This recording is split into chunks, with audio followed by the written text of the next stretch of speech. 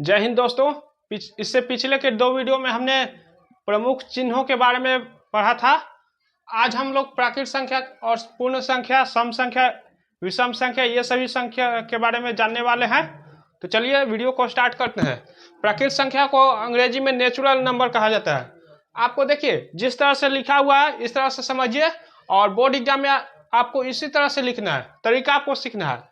कुछ भी का डिफिनेशन लिखना है, चाहे कुछ भी रहे, जो लिखना है हेडिंग लिखिए और ब्रैकेट में उसका वर्ड मीनिंग लिखिए, और इस तरह से आप लिख सकते हैं।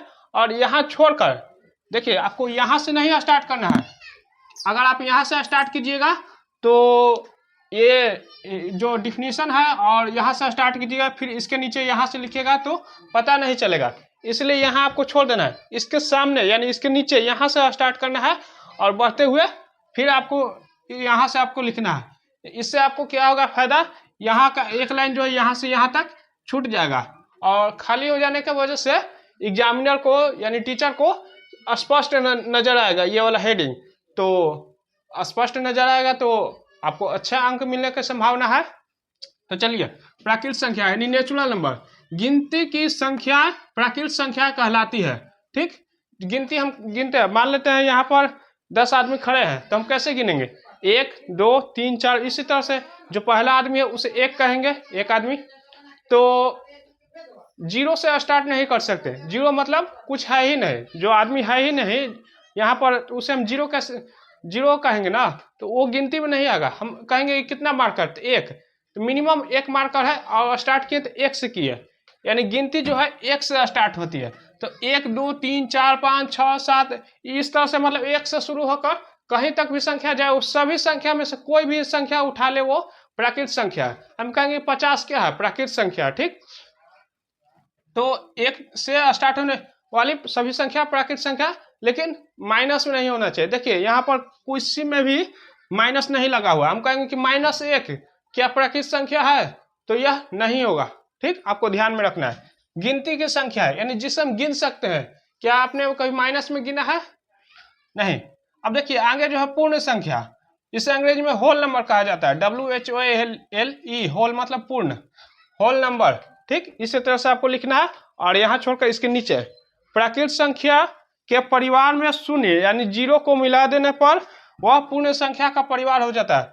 अब देखिए यहाँ पर आप समझे होंगे कि शून्य, और यहाँ पर भी ब्रैकेट में इसका वर्ड मीनिंग लिखा हुआ, यानी जब आप डिफिनेशन लिख रहे हैं तो बीच में जो भी 1-2 हाईलाइट पॉइंट है, जो मेन वर्ड है, उसका आप वर्ड मीनिंग भी लिख सकते हैं। इससे थोड़ा सा अट्रैक्टिव हो जाता है आंसर।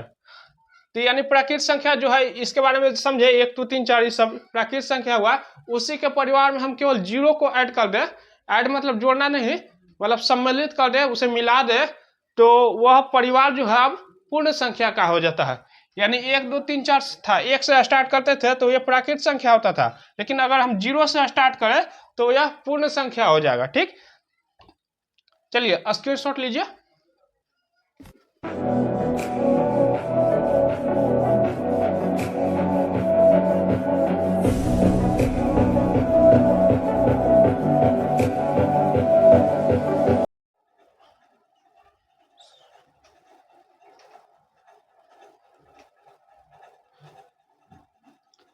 अगर आप इस सीरीज को लेक्चर 1 से देखते आ रहे हैं और अभी बताए गए बातों को ध्यान से सुने हैं, तो आपका प्राकृत संख्या और पूर्ण संख्या बिल्कुल क्लियर हो जाना चाहिए।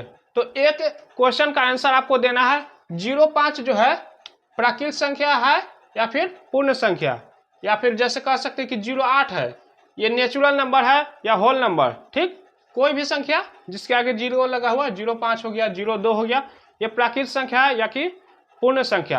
आपको आंसर कमेंट बॉक्स में देना है। ठीक,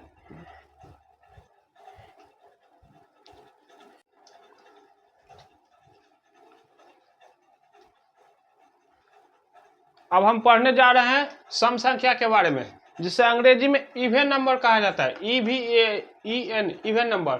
ठीक, तो जो प्राकृत संख्या 2 से पूरा कट जाता है उसे सम संख्या कहा जाता है। इसे लिखने के और भी तरीके हैं। पूरा, इसे आप पूरा और ये घटाव जो सिंबल है, इसके बाद ये पूरा न लिखकर यहाँ पर 2 लिख दीजिए। तो इस दो मतलब 2 बार पढ़ना है, पूरा पूरा, ठीक। ये मैंने पहले भी बताया था।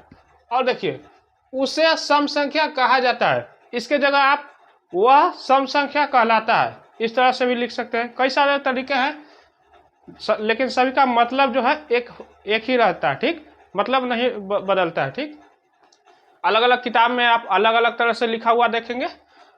इसका देखिए, जैसे 2, 4, 18, 16, 100, ये सभी जो है 2 से भाग देने पर पूरा पूरा कट जाएगा। जैसे देखिए 2 गुना 1 2 होता है, आप 2 का पहाड़ा पड़े तो 2 आता है, तो 1 बार में कट जाएगा, ये 2 बार में कटेगा, ये 9 बार में कटेगा, ये 8 बार में कटेगा, ये 50 बार में कटेगा, 50 दूना 100। तो इस तरह से करते करते आप मतलब कोई भी संख्या जो 2 से पूरे पूरे कट जाता है वह सम संख्या कहलाता है। अब आप कहिएगा कि हमें पता कैसे चलेगा, जैसे हम इतना बड़ा नंबर दे दिए 2024, अभी 2024 चल रहा है, तो 2024 क्या सम संख्या है या विषम संख्या है, कैसे पता चलेगा? तो इसके लिए एक ट्रिक है, जिस संख्या के अंत में 0, 2, 4, 6, 8 रहे वह सम संख्या रहता है, ठीक। ये शॉर्ट ट्रिक है। जैसे 2024 अंत में यानी इकाई स्थान 4 है तो यह सम संख्या, 8 है सम संख्या, लास्ट में 8 है तो ये पूरा जो है सम संख्या, 4000 लास्ट में 4 है तो ये पूरा जो है सम संख्या। यहाँ जो है आपको इस तरह से लिखा हुआ है, यह संख्या है, ठीक। शॉर्ट में लिखा गया है, ठीक। आपको समझते रहना है ताकि आगे आपको कहीं भी मिले या फिर कोई भी स्टूडेंट आपका फ्रेंड कॉपी में इस तरह से लिखा रहे तो आपको समझ जाना है। अगर आपने मेरी वीडियो को ध्यान से देख रहे हैं, आपने ध्यान से सुना, तो हमने एक और ट्रिक बता दिया, ठीक। वो क्या है ट्रिक, आप कमेंट बॉक्स में बताएं, अभी हमने बताया है, ठीक। नहीं अगर समझ में आया तो वीडियो को फिर से देखिए, बिना स्किप किए हुए, बिना वीडियो का स्पीड बढ़ाए हुए ध्यान से देखिए और ध्यान से सुनिए हर एक बातों को, हर एक शब्द को। और एक ट्रिक हमने और बता दिया है, क्या है वो ट्रिक, कमेंट बॉक्स कीजिए, जो पहले कमेंट करेगा उसका नाम अगली वीडियो में लिया जाएगा।